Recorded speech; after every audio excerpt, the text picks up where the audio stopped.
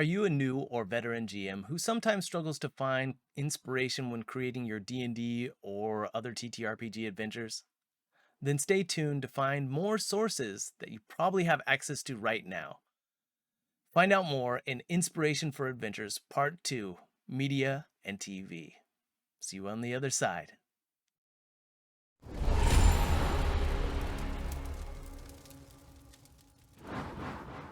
I'm Baba Tucker.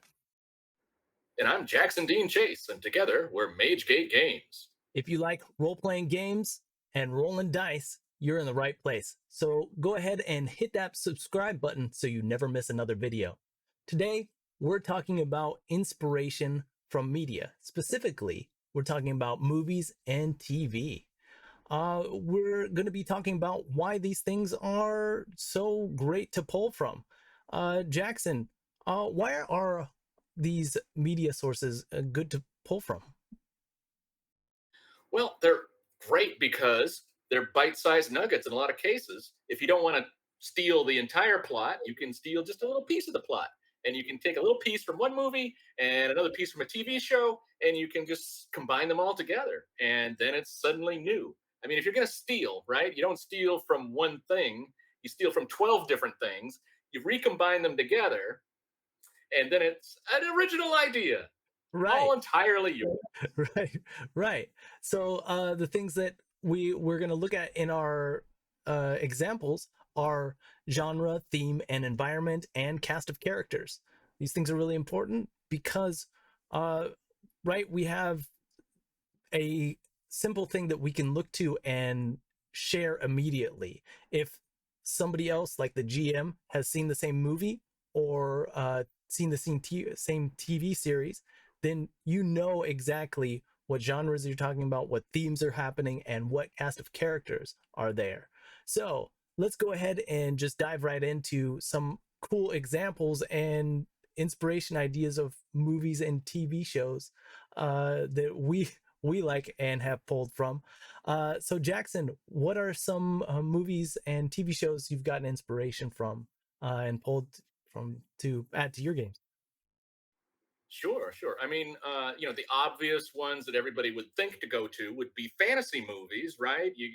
But there's not very many good ones. You got your Beastmaster, you got your Sword and the Sorcerer, you got your Lord of the Rings. I'm already running out of ideas there. Okay, so really, what you want to do is you want to look outside the fantasy genre because people are not going to expect you to pull from those sources, right? And two of the best genres that I have found are war movies and westerns. War movies and westerns translate really, really well into the fantasy genre, especially gritty spaghetti westerns. And I'm talking about, of course, the Clint Eastwood, Sergio Leone Dollars trilogy, Fistful of Dollars for a few dollars more, The Good, the Bad, and the Ugly. You could extend that even to, High Plains Drifter and Hang 'em High. Or a lot of the classic Italian ones that people may not be as familiar with, like Django, the original, not the Tarantino. Sartana is a great series. Sabata, Kioma, A Bullet for the General. They made hundreds of these things, right? Yeah. And the beautiful thing about the Western is it's basically like the fantasy setting, right? You got these little like crummy towns with their little crummy authority figures, and and there's bandits and outlaws and native tribes and everything, and everybody, and there's empire builders, the person who wants to like take over all the resources in the area, whether that's cattle or miners or whatever. There's so many different facets, like politically, economically, and criminally, to exploit in the West, Wild West. There's also shows, more recent shows like Deadwood, HBO show that was really big, that has one of the best villains of all time in it. Criminal who runs a saloon as his front, and yeah, it's great. Or even a show like Hell on Wheels, Mm-hmm. which was AMC, a great show. they're building a railroad. Obviously, a railroad isn't going to translate literally into your fantasy game, right? Unless you're in Eberron and there's some kind of steampunk train, Right. magic train. But no, really, it could be a literal road instead of a railroad, right? I mean, the Romans built roads, right? So maybe the players are then assigned as a security detail because somebody doesn't want this road built. And so the players then have to make sure that the road gets built, and there's all kinds of political stuff going on, and it's a wonderful opportunity Yeah. to. You also have a wonderful thing to play with, which is the environment, like the weather and terrain, which reminds me of a Radiant, Extreme Encounters, weather and terrain, Radiant. And in that, just like what you're talking about, we have the desert or badlands, and those can definitely be dropped in, and you can see how that affects your setting and the NPCs and everything when you're trying to, kind of, it gives that survivalist part to it too. Like, okay, how long can I be in the sun? Can I mitigate this being exhausted from it, or different things like that. And yeah, no, this is a great idea.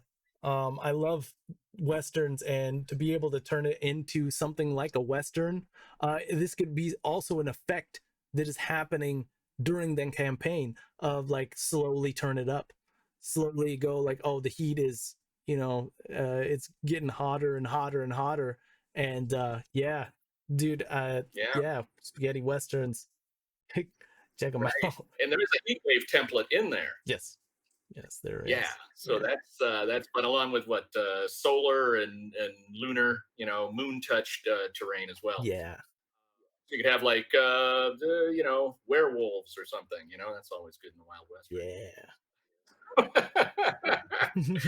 um, let me give you an example of a Western plot, and it's Fistful of Dollars, right? The Clint Eastwood first movie, right? The party arrives in a town, and this town has been torn apart by a blood feud between two rival criminal families. They each want to control the town. They each control half of the town, and the regular people are caught in between, right? Okay. So does the party then side with one of these factions, or try to play both off against the other, or do they take them both down and try and replace them, become the power structure in the town? And so that's a great plot. Yeah. It's fun. It's perfect for like rogues and assassins and fighters and wizards too. It's great for any class, really. I mean, if you did you ever watch that old the old TV show from the 70s, Kung Fu? Yeah. Right? They had a monk going around in the Wild West and having adventures, and so you see like the Wild West through like a different filter there, Right. right? Which can be a lot of fun. Good old Turn David things, Carradine. turn things on their head. Yeah. All right. Cool. Yeah, yeah. Oh, war movies, right? Moving on from the western, uh, war movies. You got stuff like the Dirty Dozen, right? So that instantly, okay, the party are all criminals, whether they're guilty or not, who cares? They've been convicted of whatever, they're imprisoned, and now they're slated for execution, but oh, there's a war on, and oh, the government has a suicide mission that they want to send you on. And in return, assuming you don't die, you get pardoned. Great. And so then there you go, It's right? perfect for And a then you for can a campaign. Just perfect. is absolutely perfect. It's so perfect. Just watch the Dirty Dozen, and you got it. You got it. And there's always some you could put in some NPCs, and some of these people are going to be traitors and like maniacs. Because you're pulling in people out of a prison, so you can instantly throw in like some chaotic evil scumbag, you know, or whatever, and maybe it's not apparent at first, or maybe everybody's like, oh, this guy, why is he on the team? Well, because he is, and you got to make it work somehow. Right. Good luck. Yeah. Yeah. Yeah. No, a military themed movie that I was thinking about was Enemy at the Gate. I actually used Yeah, this set in Stalingrad sniper movie, very very fun. I use this as a setting to where my character in a Star Wars campaign grew up in. So it's almost like their whole planet is almost like Stalingrad itself. Like, so it's this yeah, it's very grim, very dark. And you'd get the emotional roller coaster, and how a character would grow up like that and have that background, and becoming a bounty hunter, obviously. But Obviously. just how like how I reacted with that character was so easy, because both the GM and I knew what we were talking about. Like, oh, have you seen that movie? Yes. Do you understand this situation? Yes. You understand the environment? Mm-hmm. Do you understand the pressure that the cast of characters were going through, like the sniper dudes in there? Yeah, there's a whole bunch of pressure on them. Okay, so that's kind of what my character is like. Dude, got it. And that was yeah, very very cool to be able to easily come up and share with those different ideas by just being able to share those shared movies experience. That yeah, and like thinking about Stalingrad, you could like just Stalingrad itself, you know uh There was a movie, yeah, right? the There movie was a too. German film Right. called Stalingrad. Right. um the when just having the environment change from, okay, now it's winter, and how that affects everybody, and how, like, in a lot of, there's movies that were thinking about the Oh, yeah, Where Eagles Dare, another Clint Eastwood special. Um, that was a great movie. Clint Eastwood, Richard Burton. So it's World War II, right? Mhm. And there's a British aircraft that gets shot down and it crashes behind enemy lines, right? And the Germans capture the only survivor, who turns out to be super important to the Allies. It's an American brigadier general. And they take him to the nearest SS headquarters, which just happens to be a crazy evil castle on top of a mountain. And it's all covered in snow. And how do you get in there? The reason this general is so important is because he has full knowledge of the D-Day operation, right? So they're worried he's going to get tortured and he's going to spill the beans, and that's not going to be good. So the British decide that the general must be rescued before he can divulge any details of the Normandy landing. Rescued, or Right. whatever. As long as he doesn't spill the beans, however you can make that happen would be great. So yeah, they put together a crack commando team, and then there's an American Ranger on the team for some mysterious reason, and that's Clint Eastwood. And it's weird because why is this American on this all British team? And there's a plot twist or whatever there. But yeah. So it's fun, and it's snow covered. And how do you break into this heavily fortified castle, super high maximum security, and you're not just fighting the Germans there, you're fighting the weather, a snowstorm, and you can't just like walk in to the place. There's like a whole like hand over hand like aerial like thing where they're trying to like sneak in. Oh, it's scary, man. It's scary. If you don't like heights, you got vertigo. You know, it's gonna be terrifying. Right. It's a long way down to the valley below, man. Right. Far Yeah. way down. uh Other things that kind of remind me of that, 30 Days of Night. Oh yeah, Yeah, vampire. vampires. Right, it's just darkness, and so you can't wait for the sun to come up. Right, because it's 30 days. 30 days to wait for the Yeah. sun to come back up.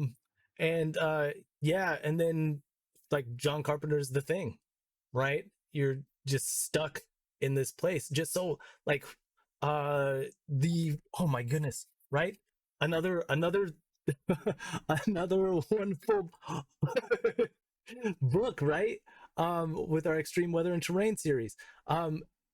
This really gets me excited when I'm just gonna say I love the parts where we're able to say like how this affects roads and how it shuts down Yeah. things.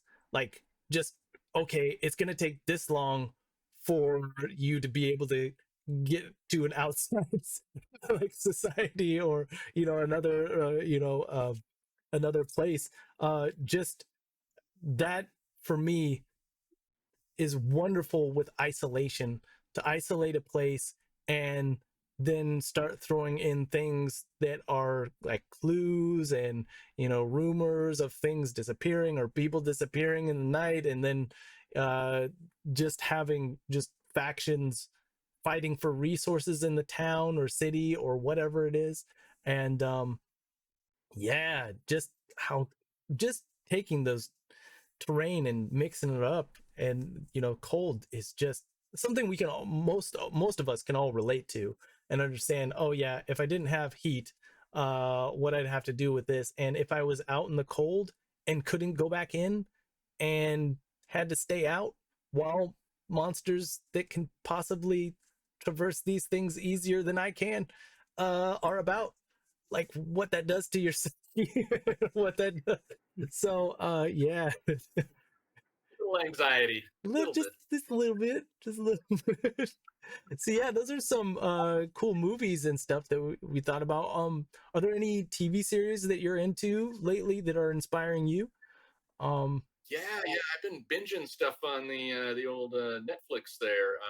Narcos and Narcos Mexico. mhm. The first one deals with Pablo Escobar's cocaine empire in Colombia, and that was political, economic, and of course criminal.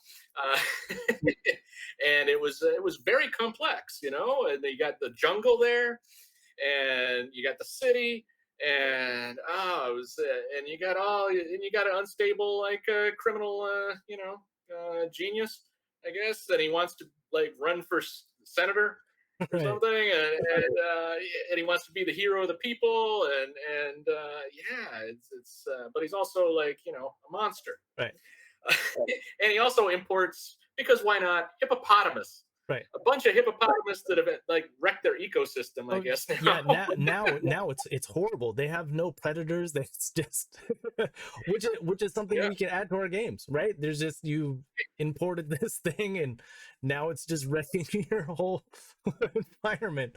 Jeez, you need those rat catchers to come and get them. Um, you need some sort of rat catcher for a hippo. yeah, hippo Those things are catchers. vicious. Yeah. I mean, they bite off a limb. Yeah, no, Chomp, they're you're very done. dangerous, very dangerous. Um, But with that one and with the sequel series, Narcos Mexico, you've got all the different cartels, right? mm, Which are introduced briefly in the first series, but then they expand upon them as Pablo's empire goes down. Their empire rise, and they're all like warring for territory, and so it's a perfect thieves guild campaign, right, right? It's like, what family or cartel do you belong to? I mean, you could do something similar with like the Sopranos as well, like a mafia family. right, But yeah, there's a lot of colorful characters, and they're all doing crazy stuff. And I mean, not the spice must flow, but the cash must flow, or the right. gold. And so yeah, there's all kinds of crazy stuff there.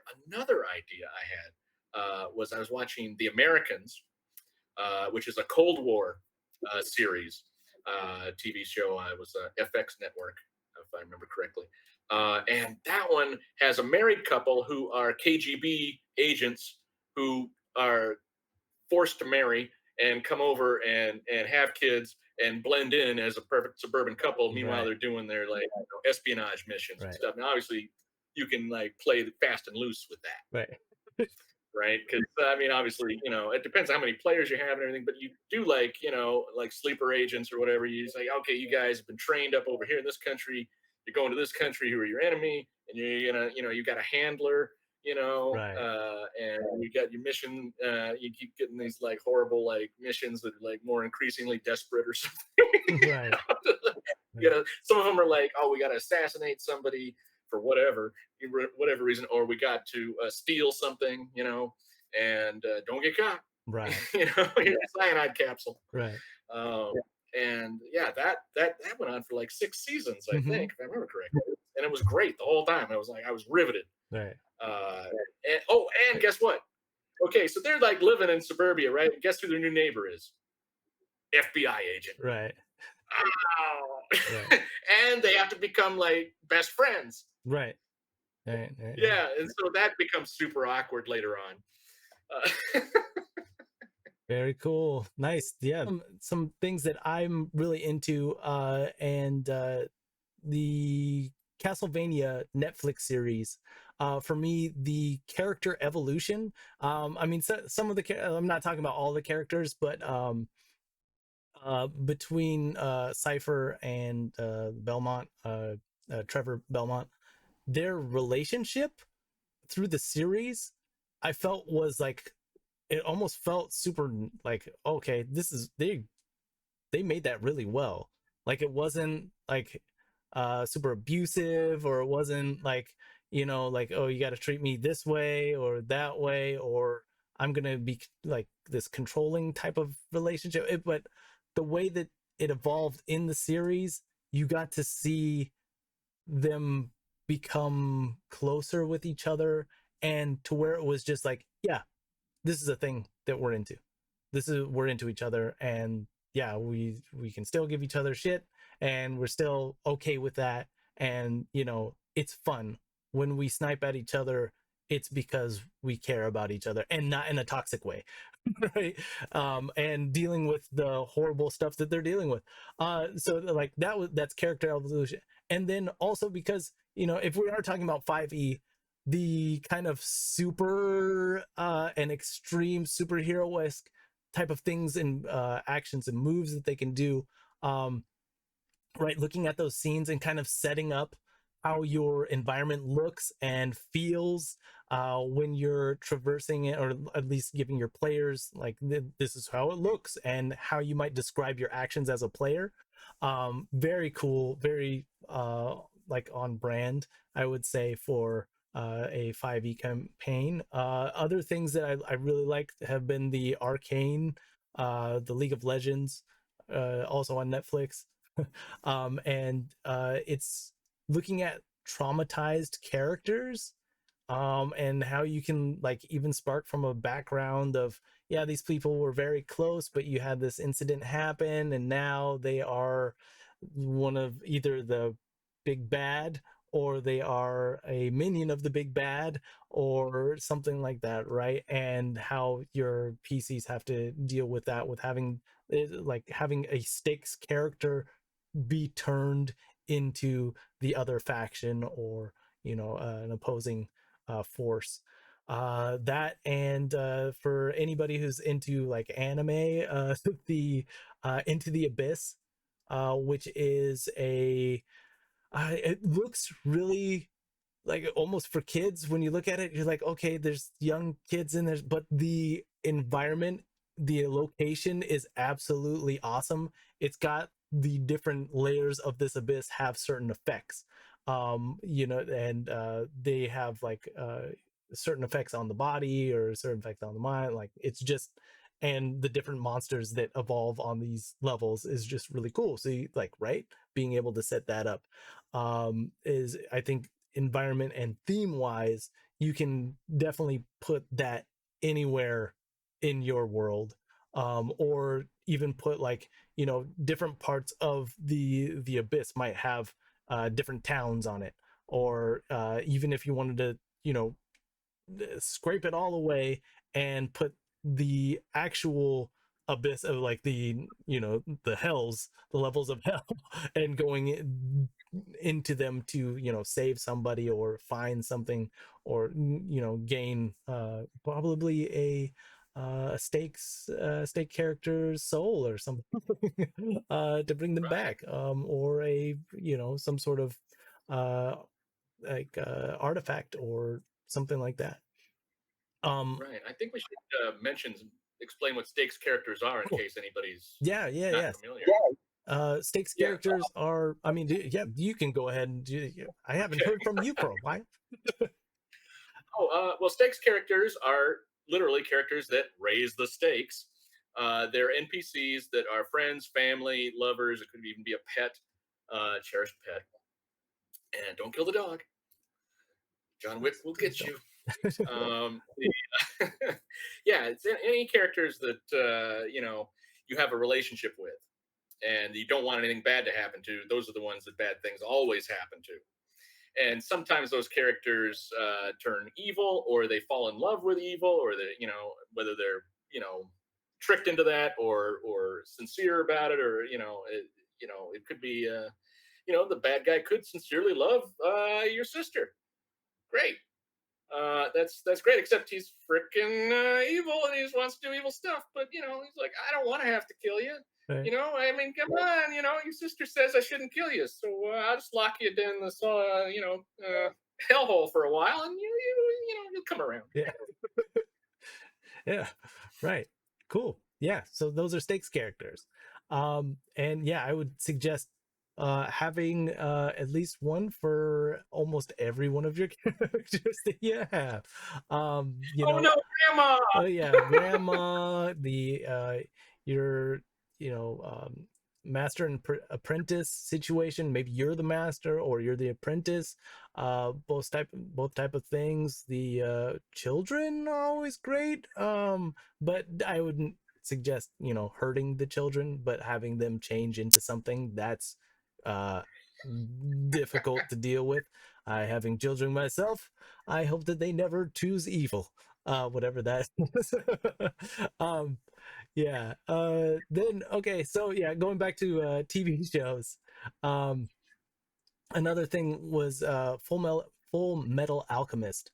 And that, like, just watching the first two episodes, you don't have to get very deep into it. I mean, it's a good series. I love it. And or Is that manga. the anime, or is that the new Netflix live Oh, action? I would watch the anime. Yeah, watch the anime. I mean, I haven't watched the new thing. Maybe it's good. Maybe the live action is good. I don't know. Normally they make me cringe, but we can see. Maybe I'll try. But the beginning of it shows like how you can have stakes characters and have your background and goal all set up in a few scenes. Just uh what a wonderful way to do it. Like, hey, yeah, we're messing with spells or a ritual that we spells or rituals that we don't know about. What's a ritual, baby? uh, Spells and rituals that they don't know about, and they do it in a wrong way, and the consequences that happen to that ends up happening to stakes characters or characters that you're part of, and then setting you on a goal of, I want to redeem myself or retrieve something that has been lost. And just a wonderful, here's the campaign, and this lines up in your campaign. So like, if you're using a already a module that's already set up, you can go through and find out, okay, what faction may hold this, what faction may be a part of that, and then see how that fits in there. So yeah, take a look. That's also a thing for looking at your modules, is look at the factions first and see what they like and what they do. If they don't have what they like or what they do, wonderful, you can come up with that very easily to help from your player characters backgrounds. And now you understand where they want something that your characters want, and you both have to fight for it. Wonderful. Yeah, so those are the movies and the different things that we've seen. Oh, did I talk about my movies? I don't know if I did. Oh my goodness, I was thinking about things like those old made in the 80s Trimmers and Critters, and for example, Piranha 2, The Spawning. Those things. Going way back. Yeah, what I like about these movies is that there are unknown creatures, and that's a part of, when you're making a campaign or you're playing out a scene. If you say the creature's name, either the people already need to know what that thing is, like, oh, you're learned and you did your arcane check, that this is what some call this, and they also call it this. Maybe have three names for that creature, but everyone knows that their bite is poisonous, right? Give them that thing. If you do, high arcane check or something, right? Give them that thing. But having, for example, trimmers, right? They have blind sight. They are tremor sense, right? And tremor sense, and so anytime a character's on the ground, they're going to see him. And the tremor sense is a really wide range. And, sometimes you can't really, I mean, the monster manual is great and good to extrapolate on, but there are things that I feel are missing. And I think we felt like are missing. Um, and then, so to be able to create those type of things, we made our wonderful and thick, oh my goodness, dude, this thing is 200 over 270 pages, and our traits and actions for monsters and npcs. Look at that beautiful thickness, oh my goodness. Oh, dude, I am in love with this book. So you can go through this book and basically create those giant worms, the whatever the tremor monsters that are in there. Same with critters. You take because we have a lot of things that are by size, so it's easy for you to just pull from, like, oh, okay, this one has like a small bite, but let's see what it would be like if all of them were together. Now we give them multiple attacks, but it's like a swarm, and add, just keep adding different things to it, and it becomes this type of monster in the way that you wanted it to. And yeah, I love that. In trimmers and critters, the environment was also hard to get out of, right? It's almost like a place that like, how do you travel from one place to another, and how their senses end up making it harder to do so. And another thing, so about the piranhas, uh and we have a trait, quipper telepathy, which I just love, where instead of these things just being out there, give it to a faction, give it to an npc, have them control them, and right, maybe so everyone thinks it's some weird unnatural thing that's happening. And like, how are we gonna find out? And your pcs are trying to find this out, unknowing to them that it's just the innkeeper trying to drive people to stay in their inn. No, something as easy as that. No, obviously a scorned lover, trying to, kill everybody, or, except for their loved one. See, everyone else is dead. I'm the last man on earth, so you can be with me. um, See, I control these. We can go anywhere, do anything. Just love me. Come, take my hand. Did you mention they can fly too? Oh yeah, We yeah, got yeah, and they flying. can fly. That's back to Piranha 2, The Spawning, James Cameron's first movie. Before Terminator or Aliens, he was making flying piranha movies. Right. So yeah, wonderful that this book full of traits, and not just for monsters, but we made it for npcs too, right? And ways that also your character may be able to go into there, which, I mean, that's a whole nother video, especially because wizards just dropped that bomb on one D&D, or I would say 5.5, but that's okay. No. So yeah, so everybody, yeah, look at different movies you have, different tv shows that you've been looking at, and pull characters that you feel like can help inspire you, or the genre or the theme of the show.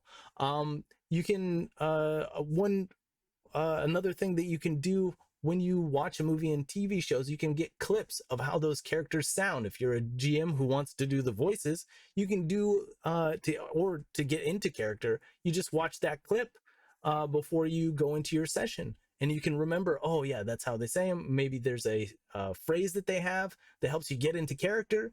Cool, that's what you got. It's easy to do. Yeah. So that's our video for today. Why don't you check out our other video, Inspirations for Adventures Part 3, coming your way. Yeah. So thank you very much. Take care. If you'd like to see more things like this, go ahead and subscribe and hit that bell icon. If you feel like supporting us and helping us bring more things to you and our community through the MageGate, go ahead and check out our links in the description below and join our Patreon. If you haven't picked up your free Heirloom Magic Item PDF, go ahead and check out our website where you can get that for free. Thank you so much again, and see you in another video.